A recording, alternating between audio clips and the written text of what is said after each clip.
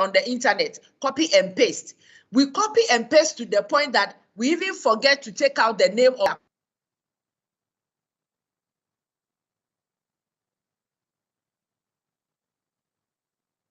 And nobody would want to work with a person like that. Another important thing you should know is that never think you are too big for any job. And I know some of us, we pamper ourselves. We make ourselves feel big because, well, maybe you are telling yourself, me, I'm doing electrical engineering. I'm doing civil engineering. So the one who is doing home science or home economics, you don't recognize them or you are looking down upon them. Or you go into the institution and you feel that you are fresh out of school, you have fresh ideas, and that those of us in the system already, we are cake or we are obsolete, so you don't want to have anything to do with us. And so when you come in and we tell you that for your national service, this is where you are going to start from. You are going to start sorting out things and putting them in boxes here and there. And then you fold your arms. Hey, me. Even in my house, I don't do these things. Middle service there is going to be some way. I don't even know how I'm going to end. And then you carry your shoulders up high and you walk up and down. No problem. We will just look at you quietly. When it is time to show people the door, your name will be number 1 on the list. Whatever work you are given in the workplace, which is within the policies and processes and procedures of the work environment, do it. One man told about his story, Sam Jonah. He says that he was able to rise up to be the top guy in the mining company because he started as a laborer underground. He was going underground. He rose through the ranks. By the time he got up there, he knew all the tricks, all the pains, all the troubles that the people go through as they deliver. So never think you are too big. Sometimes you will come to the office environment and you would have to arrange tables for something. Don't see yourself as you are too big to arrange the tables. If you don't start from A, you might not get to B. So don't let your degree or your diploma or whatever certificate you are coming out with enter your head so much such that you see yourself as pompous above everybody. Apart from the certificate, maybe you are from you know some other people in the business. Maybe you are friends with the CEO of even the place you're having your service with. Do not use that to destroy your brand. Rather, leverage on that. Humble.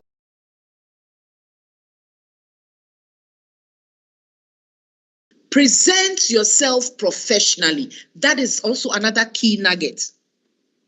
When I was doing my national service, I went to do my national service in Prestia. Prestia is about 8 hours from Accra. And in that part of Ghana, when you even dress, when you put on something small, you become overdressed. But it didn't stop us. We kept dressing professionally. So anytime somebody came around, they felt that we were even the permanent teachers in that school. How do you sell yourself? How do you position yourself? I learned something from somebody. The person said that always present yourself or dress professionally as if you are meeting your employer. For some of us in school, we have the opportunity. We can wear anything. We can do any hairstyle. We can do any makeup. We can do anything and get away with it. But when you come to the corporate environment, the first thing you must learn, what is the dressing culture of the organization? There are places that will require that whether you are service or not, you dress smart casual. There are places that will require that you dress formal. You do so.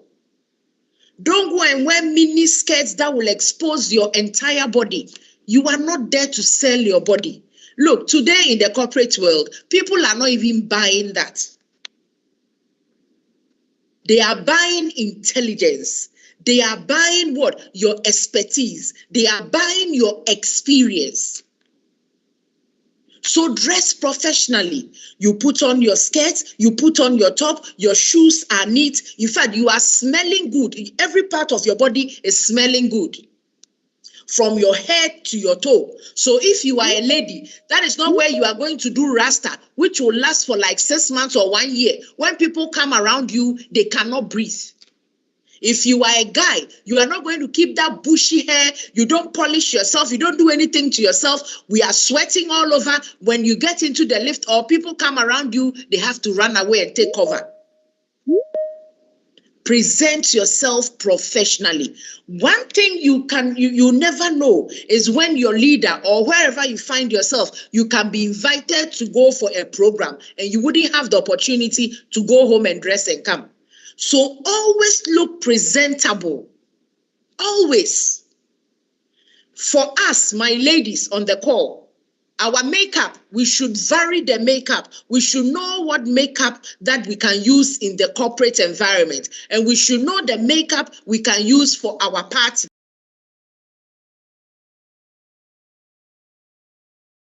Nails, we should have nails that are quite short, that are not long to scoop somebody's eye out. It should be short, presentable, neat.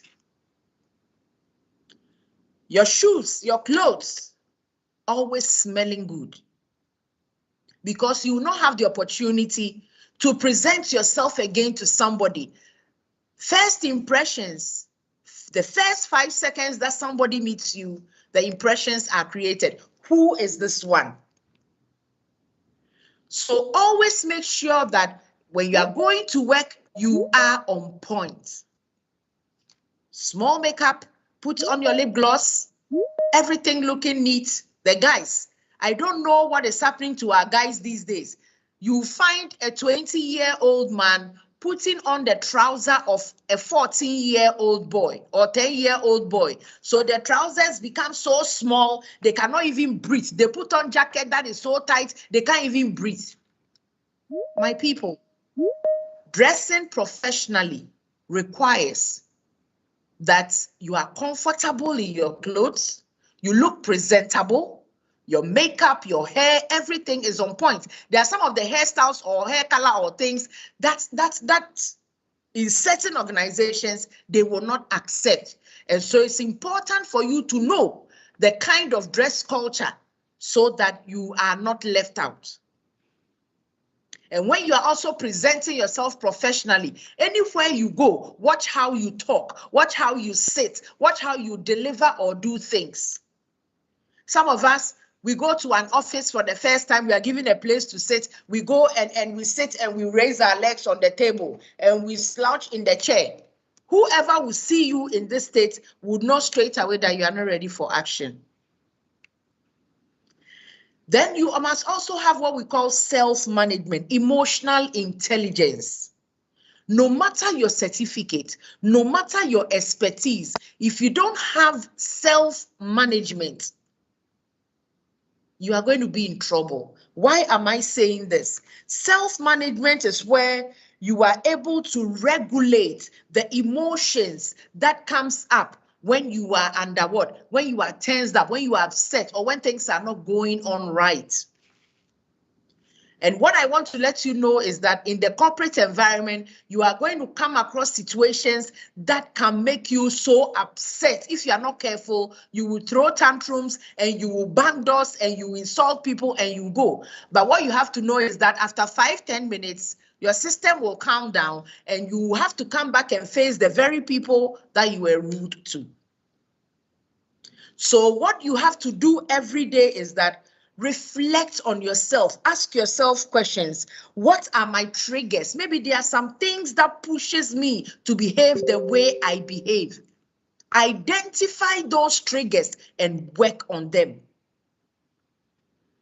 Because if you're not able to control your emotions, you end up talking where you are not supposed to talk. You end up getting angry when you are not supposed to get angry.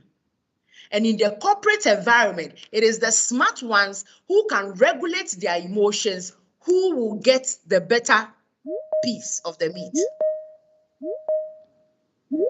So when you're emotionally intelligent, when you go to places, you try to understand and scheme the area.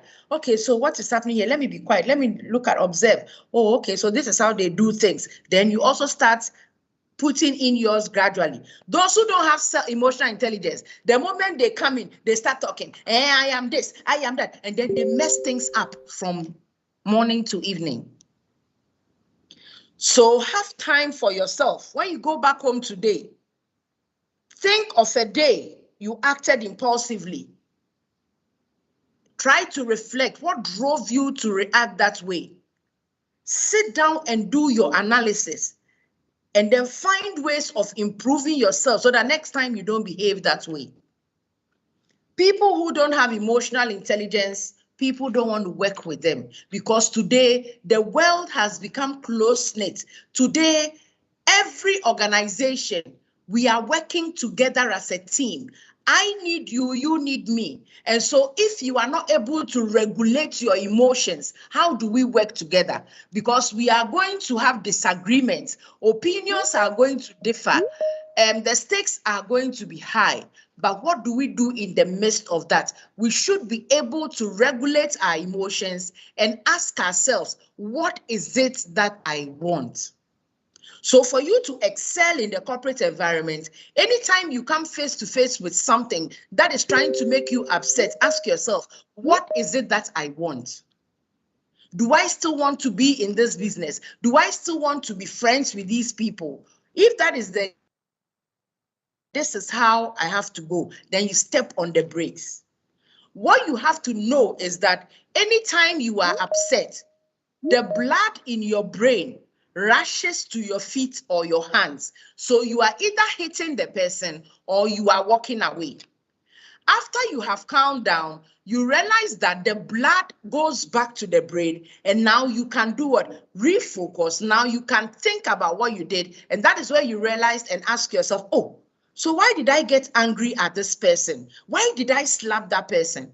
So it's very important that the moment you realize that you are getting angry, you are getting upset about something that is being discussed, step on the brakes. Ask yourself, do I really think it is worth fighting? Do I really think it is worth insulting this person? If the answer is no, then it tells you that you have to take another look at it so that you can take a better solution or a better decision to get things worked out. So emotional intelligence, very important. When you go back, look for a book written by Daniel Goleman. The Goleman is Goleman, Daniel Goleman. He has a book on emotional intelligence. Go and read that book.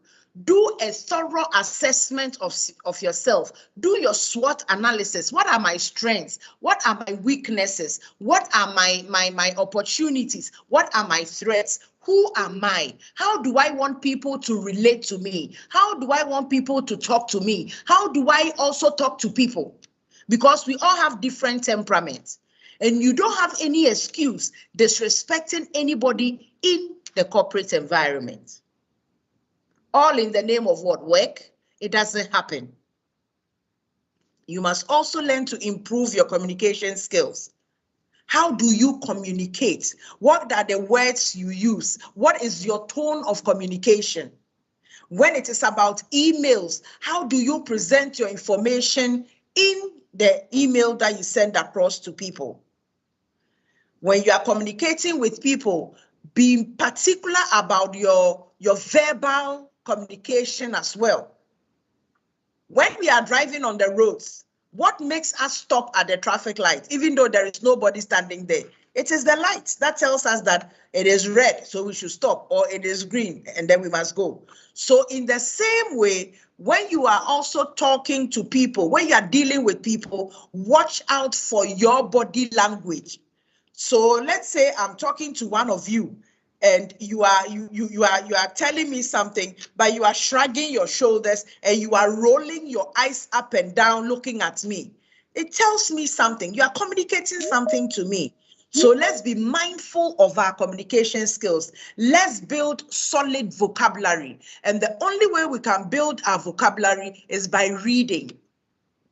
You have the internet at your disposal. Sometimes when people are talking and they pronounce certain words and I know I don't understand, I quickly Google, what does this word mean? Once I understand it, it puts me in a better position to be able to speak out and answer the questions that the person is trying to put across. So communication skills, every day we will learn and layer, improve. It is not a done deal.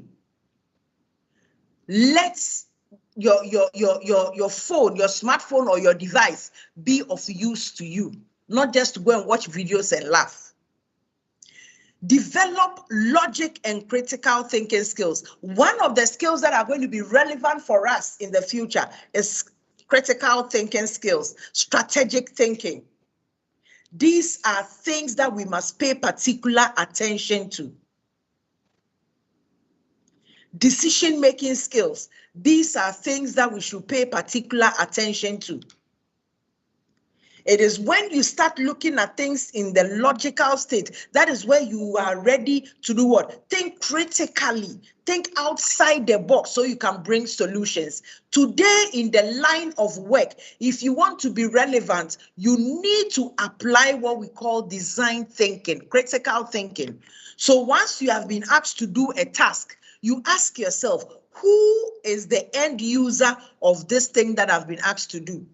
What does the person want? Once you understand what the person wants, it helps you to unpack the issues. It helps you to think outside the box. It helps you to bring better solutions to the issues on the table. And then you talk to other professionals. Whatever course you are doing, take interest in listening to people who are doing similar things as you are doing. Today, there are a lot of organizations. There's the ACCA group, there's the Chartered Institute of Accountants, there's something engineering, there's something IT personnel. Look for all these groupings. Engage, be part of them. That is where you will learn new things. Today, even our hairdressers, they have groups where they go for meetings and they learn new styles and new things. But for us, we think that once we get into the corporate environment, that is all. We must fold our arms. Honey will pour from heaven and it will feed us. That is not how the corporate environment works. You must hunger for growth. And the only way you can do it, listen, sometimes some of the discussions that go on radio, if they are talking about some particular courses, some challenges, some things that we need to pay attention to. Then when you go on the internet, on Facebook, a lot of courses, a lot of things. How can I be a good coach? How can I be a data scientist? Why do you think these things are coming up? It is to tell you that the future of work is changing in that area. So talk to professionals. People who are in the business already can give you the nitty-gritties. And when you go and they are telling you the things, humble yourself to start learning from the bottom up, if that is the case. And then what you should also know is that in every organization, there are policies, there are processes, and there are procedures. So don't go in there with the mindset that you are bigger than their policies and procedures. No. So an example, if you find yourself in MTN, one of the things that we value is what? Confidentiality. And then you will come here, come and do your service, and then you go and tell people, hey, today I worked on the president's line, and the president has been calling this person and calling that person and calling that person. You have no business whatsoever going to divulge any information, because that is something that is not done in MTN. So wherever you find yourself to do your service, understand the policies, the procedures and processes there before you land into trouble. Because when we breach these policies and procedures, it becomes criminal. Once it is criminal, we can't be prosecuted. We can even lose our jobs. In MTN, we've had national service personnel who did not even complete because of one misdemeanor or the other. They were taken off. So don't think that you are doing national service. And so if you do anything against the policies and procedures, you will still be maintained because it is national service. It's a big, big no. So these are some of the things I want to draw your attention to, so that you start focusing. Sit down and ask yourself, what is my goal? Where do I want to go? How do I want to get there? Who can I talk to? Build that rich circle of support around yourself. I want feedback. Who can I get to give me feedback? And like I said, read Daniel Goleman's book on emotional intelligence. Google TED Talks. Just Google something that you want to learn about, and you will have lots of information to learn from. But before you do all this, it borders on the kind of mindset that you're operating with, the growth mindset.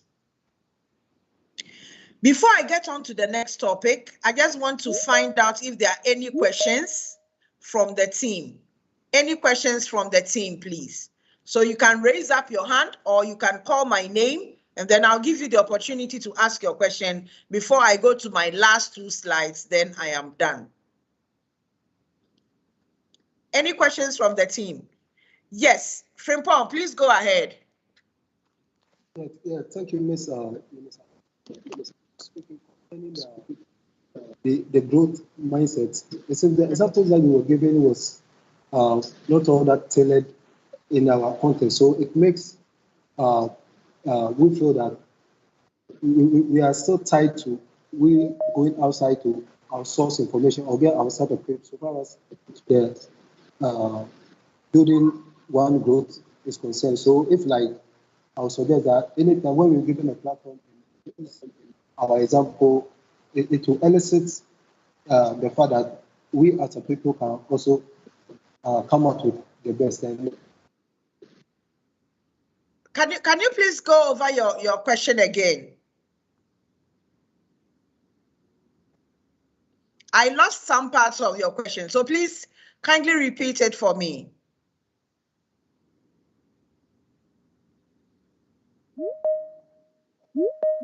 Hello, Frimpong.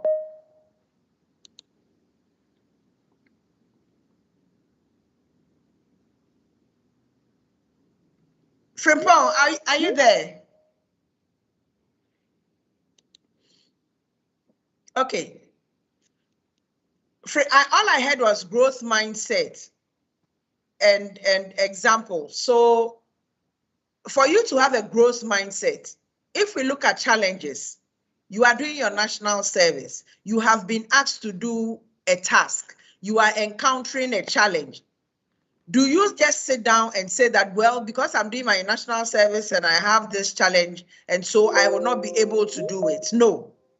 For a growth mindset person, you try to understand the challenge. What is even bringing about the challenge? Who can even help you work on this challenge?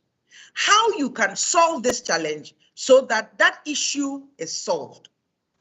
So if I'm supposed to come and do a presentation like I'm doing this morning, it is a challenge. How do I work around the challenge? I need to understand the topic that I'm coming to talk about. I need to scout for resources to help me to put together the presentation.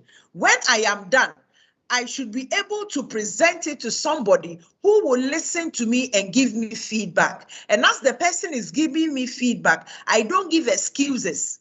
I listen to the feedback and I sort the feedback out and I work on the feedback to make my presentation better. Do we understand it? If I am criticized, I don't get angry, I don't get upset, but rather I appreciate the criticisms and work to make me better. So I don't know where any of you will be sent to do the service, but wherever you go to deliver or wherever you are sent to go and do your service, you have a challenge. When I went to do my service in Prestia, I am an Accra girl. I went to Prestia and there were things that I was expecting to see that I wasn't seeing. An example, where we were living was quite a distance and we had to wait for the school bus. And that school bus had to take the children as well. And the bus left on hourly basis. So it means that if I miss the 7 o'clock bus, there was no way I would get to school on time. So that was a big challenge. So it meant that I had to cut my sleep, wake up early, and get myself ready before the bus will come in. Once I was able to do that, I was able to work around that challenge. By 6:45, I am even ready, waiting for the bus. So the challenges will come, but you must understand what challenges you are going through and then find the resources that can help you to work through them. If you must have a discussion with your supervisor or your line manager or your team leader to help you work around the challenges, that is the way to go. But don't sit and fold your arms and say, well, there's nothing I can do about this. So that is that. Me, this one, you push it to the side. That will not make you excel, because the world out there is not going to give you things on a silver platter. You must work for results. Okay. Any other question? Any other question or comment? Yes, Nyako, please go ahead. Hello, madam. I wanted to ask if there's an extent to which we can cope with people in the working environment. There is an extent. Okay, so what you need to understand is that in every working environment, there are policies and procedures, okay? So for example, for us in MTN, we have our policies that are making sure that the environment is a safe place to work. So if somebody harasses you, there is an opportunity to make a report, it can be investigated, and the issue will be dealt with. If somebody who is your team leader is making life unbearable, uncomfortable for you, there is opportunity for you to raise the issue so that it is looked at. And I'm sure other organizations would also have the same platform where we can do what? We can voice out some of the challenges that we are going through. But what we need to understand is this. All of us, we meet in the work environment. We should be able to manage ourselves, manage our team members, and manage our team leaders as well. Life should not be only about you. As for me, this is how I want it, so everybody should do it my way. No. We all work together under one umbrella. So for example, in MTN, we are all here because of the customer. So George is sitting in corporate, I am sitting in HR, but because of the customer, whatever I do, whatever George also does together, it must work to to make the customer feel better. And so if there are any blocks, we have what we call speaking with candor. Open up, be objective. And that is one of the nuggets I will also add. Speak with candor. Okay. And as you speak with candor, you are not disrespecting somebody, but you are being objective. So an example, I am expecting that Nyako comes to me with a work done and Nyako doesn't do it. Okay. I should be able to go to Nyako and speak to Nyako. Nyako, hold you accountable to say that Nyako, I was expecting that you bring A, B, C, D to me by 2 p.m. But I have waited all day and it has not been done. Nyako should be able to speak up and say that, boss, I sent the thing to you at 2 p.m. and I came back to you, you still didn't give me the response, and that is why the process has delayed. Speaking with candor doesn't mean you are disrespecting somebody, but you are speaking in an objective manner. You are speaking in a persuasive manner. You are making the environment safe for everybody to be comfortable, because we're going to spend 8 hours in the workplace. And if for the 8 hours we cannot have a healthy environment, then it means that something is wrong somewhere. And whatever is wrong somewhere, we must look at it and solve the issues. So please, when you are going through any challenges that are affecting your peace and state and purpose in the organization, raise the alarm. You can, when you go to whatever organization, try to know the scale or the line of communication so that you can communicate for support and health. But what you have to know is that whenever you are going to report something or whenever you're going to speak about something, it should be the fact, the truth, and nothing but the truth. Because if you go in there and you go and tell some lies, then you bring problems to yourself and to whoever you are going to report to. Okay. Any other question? Any other question? Yes, please. Yes, please go ahead, my dear.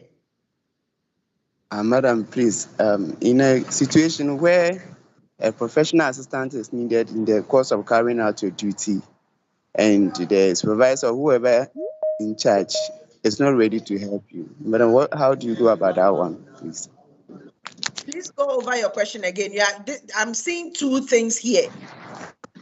So I'm asking, in a situation where a professional assistant is needed in the course of carrying out your duty, and your supervisor or whoever is in charge is not ready to help you, what do you do, please?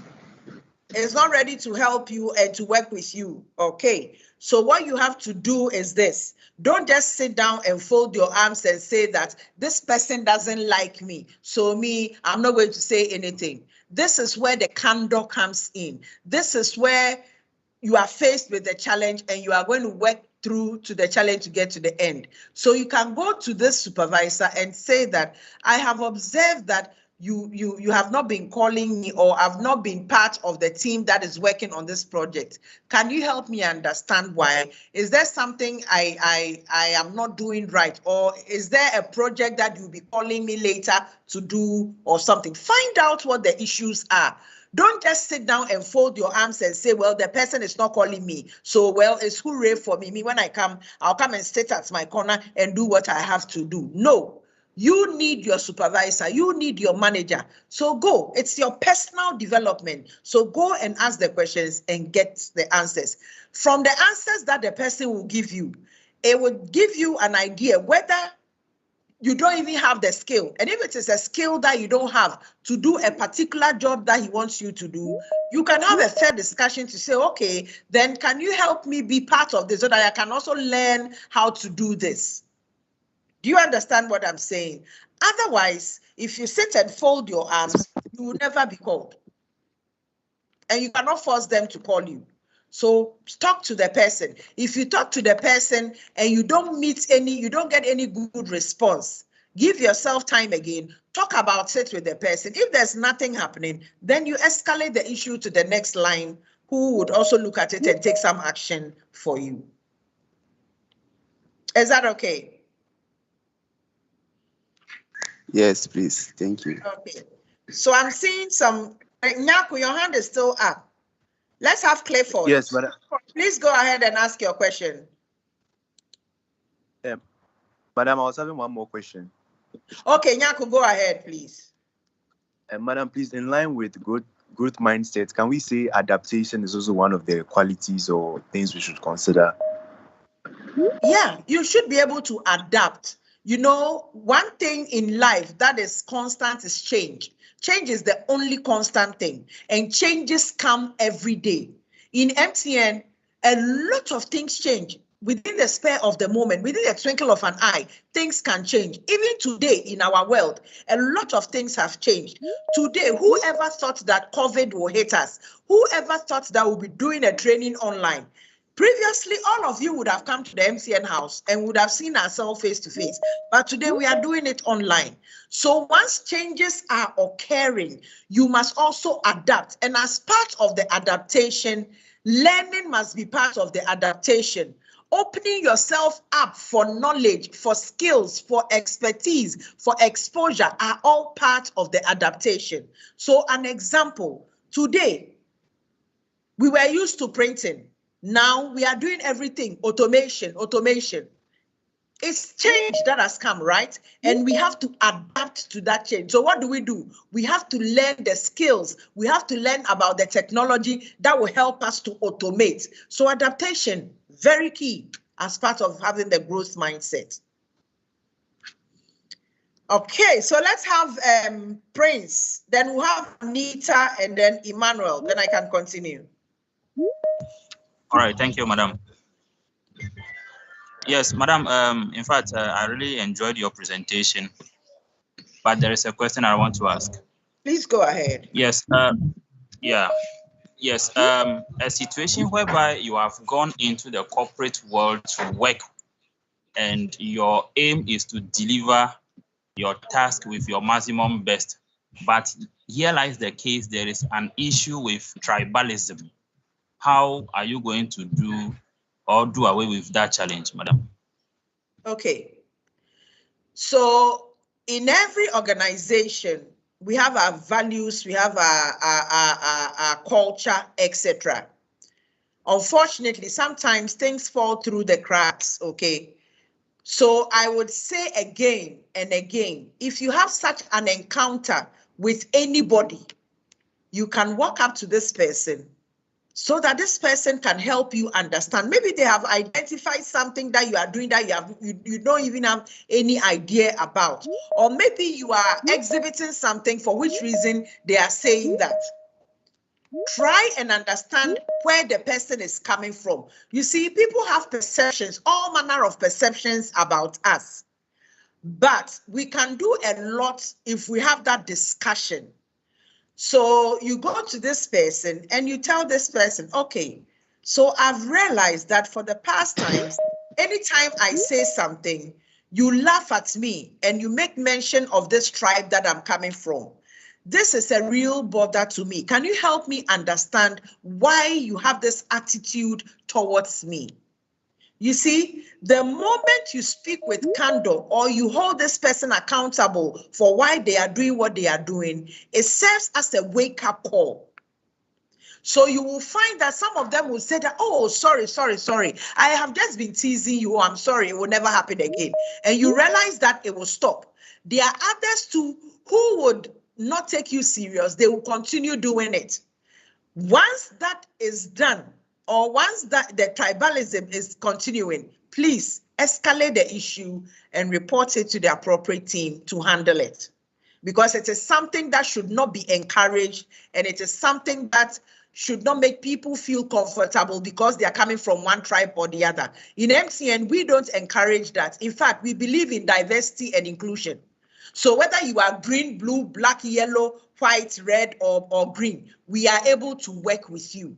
Whether you are Lebanese or you are from Afghanistan or from wherever, we are able to work together with you. And I think that now a lot of the organizations are waking up to smell the coffee of diversity and inclusion, because we have realized that everybody holds a unique talent. But where somebody tries to harass you or bully you because you are coming from a particular tribe or you are from a particular gender, please don't hesitate to raise the red flags or escalate the issue for it to be addressed. Is that okay? Yes, madam. All right, so let's have Anita and then we'll have Emmanuel.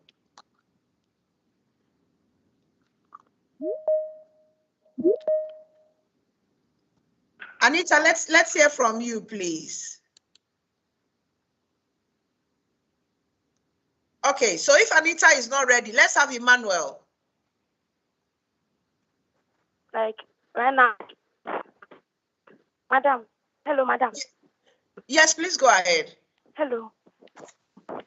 Please, I'm studying economics and accounting. So it's my aim that when I'm going to do my national service, so even after national service, I should work as I'm going to do national service, and there is no vacancy for an accountant or as an economist, and there is a vacancy for a different job. And maybe I go and they're giving me that work that I should do, maybe as a laboratory assistant or maybe a secretary or something. With the fixed mindset and the growth mindset, am I supposed to take that time, to take my time to learn the new challenge that I'm now facing, or maybe I should say that I don't want to be a square peg, maybe in a round hole or something. Okay, so it depends on you. You know, national service, when you are posted to a place, are you able to go and tell them that you don't want this place so they should change it for you? I don't think so. They place you to go and do the national service. And what you have to know is this. We set goals for ourselves. We tell ourselves that we want to be this, like you're saying, you want to be an accountant. But what you need to understand is that only look at one direction. That is why you are a degree holder, 360 degrees. You should be able to turn and turn and turn yourself. So wherever you find yourself to do your national service, use it as a learning ground. And as you are doing your national service, nothing should stop you from pursuing your accountancy or your economist or whatever. You should still be able to learn out of your national service, still make your connections and your contacts. So by the time you are finishing national service, you have the experience from the kind of work that you were supposed to do in your national service, and you are still ready for your economic or accountancy or whatever. Because today, wherever you go, we will check for your behavioral competencies. We will check for how strategic you are. We will check for your critical thinking skills. We will check for your analytical skills. And for all you know, wherever you are placed to do your service, the service will enable you to learn about some of these things, which will be relevant to you being an economist or an accountant. So don't just be fixed and say that I want to be an economist, so everything is an economist. So when they're even telling you to look left and see something small, you don't want to turn. Please be flexible. Let me tell you about something. When I was finishing I was finishing school, I also wanted to work in a bank. I was like, no bank, no work. And I told myself that I wanted to do my service in Accra. No national service. At least when you are in Accra, you'll be closer to things. Unfortunately, I was taken to Western region. I even chose Eastern as my second part. They pushed me straight to Western region. And in Western region, I was put to the classroom. Look at me. I never ever dreamt that I'll go and teach kids in the class. But you know what? Because I had an open mind to go and do my service and to learn what I had to learn, I went through it.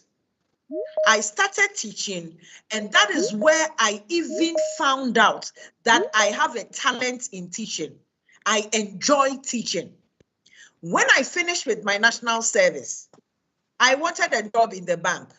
I wrote countless letters of applications, but I couldn't get a job in the bank. Eventually, I found myself in the classroom again. After working with the radio station, I hosted programs and all, and I decided to come to Accra, looking for work in the bank. Nobody up to today responded to my application letters. But I didn't give up hope. I said, okay, whilst I was still pursuing my banking opportunity, I was also looking at the other side of me that I had gone to discover during my national service era. So I got the opportunity to teach in a school. And when I was even going for the interview, I told the headmistress that I wanted to teach in the upper class. The woman looked at my face and said that, no, I would take me.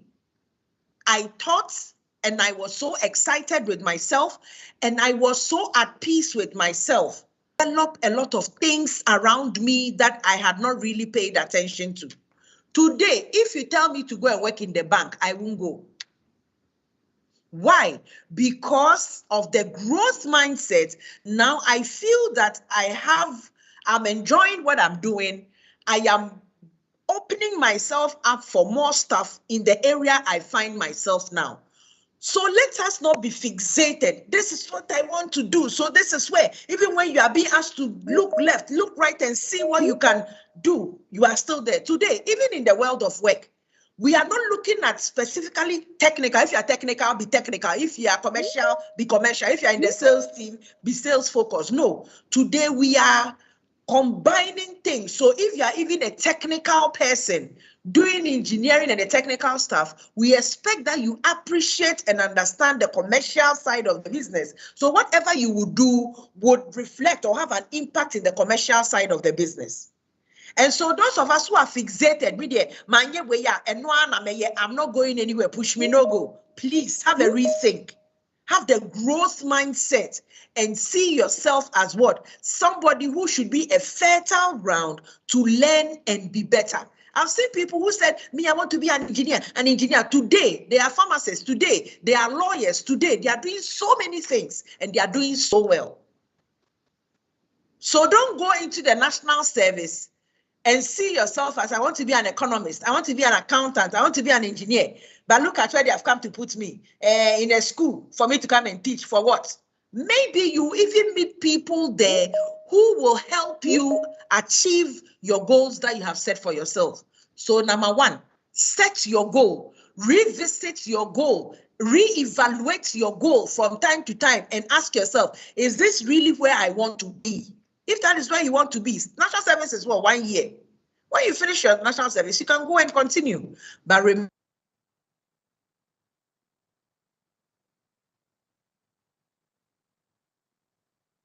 because they can add so much value to you. Is that okay? Yes, madam. Please, thank you very much. Welcome. So let's have Emmanuel, then I'll have Francis. I'll pick the last 4 questions, then I can round up. Emmanuel, please go ahead.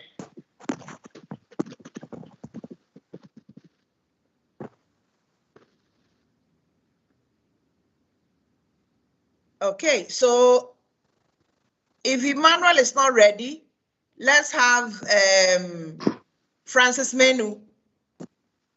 Hello, madam. Yes, please go ahead. Yeah, okay. Good. First of all, madam, I would like to congratulate you for your inspirational words this morning. I hope it is going to prepare all of us massively to bring our best out to challenge the world. My question to you is that as we heard this morning that we should make sure that we would always try to bring our best out to challenge. So how can we improve our growth adaptability to also fit the world? How can we maintain or how can we improve on that? Okay, so point number 1, understand where the world is heading towards now. And like I told you, today the world is heading towards what? We're in the 4th revolution, where we are paying particular attention to what? Robotics, data science, analytics, artificial intelligence. Those are the things that are selling now. Cybersecurity, forensics. So understand where the world is heading towards. Prepare yourself for that opportunity. Today, as I sit here, I did economics and social science in the university at Tech. Then I came to do a diploma with UCC in management. Then I did an MBA in HR. Today, I have enrolled with an institution to become what? A certified coach. I have also enrolled to do what? To learn data science and business analytics. Why am I doing this? Why wouldn't I say that, well, I've done HR, it's okay, so that is my limit. What I have told myself is that if this is what the world is getting itself into, then I'm also preparing myself for the future. Wherever you're doing national service, if you find yourself in MTN, you must understand the target, the focus of MTN. If MTN is focusing on data science, focusing on technology, digital transformation, then it means that after your service, whatever courses you want to do, if you find yourself doing your national service here, you should be able to start looking at courses that are relevant, that will sell you, so that if vacancies are opened here in MTN, you can apply. So the only way to improve yourself is to understand where the world is going. So just as somebody was saying she wants to be an economist, so if you want to be an economist, you have to start getting interested in the economies of the world, economies of Ghana, economies of other countries, what is happening in the next 2-3 years. This morning I was looking at a few things. What are the jobs that are going to be available in the year 2030? And there are some of the things we are doing now that in 2020 they will vanish. 2030, you will not find anybody sitting down doing bookkeeping, manual bookkeeping. You will not find it. Today, in some parts of the world, robots are sent to do deliveries. As a person, you must understand where we are going, where the world is going, where you want to go, position yourself. And that is part of the emotional intelligence. So you must be inquisitive. You must be asking questions. You must sit down every day, have quiet moments for yourself and ask yourself, where do I want to go? If you even want to become a hairdresser, you can become a hairdresser, but it means that your level of hairdressing should not be like what we see now. It should be something else which will do what? Will fit into the future. Do you understand what I'm saying? So don't limit yourself. You yourself, rate yourself, get people to rate you, and ask yourself where you want to go. When you know where you want to go, you will look for what will take you to your destination. Is that yes, okay? madam. Right. Is that yes, okay? madam. Right. Okay, so let's have Ernest and then Emmanuel. Then I can go on. When I finish, I can give 2 or 3 more people the opportunity to ask questions, and then we close.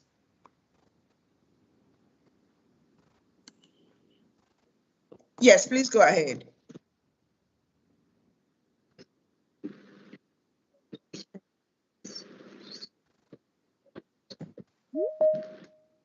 Yeah.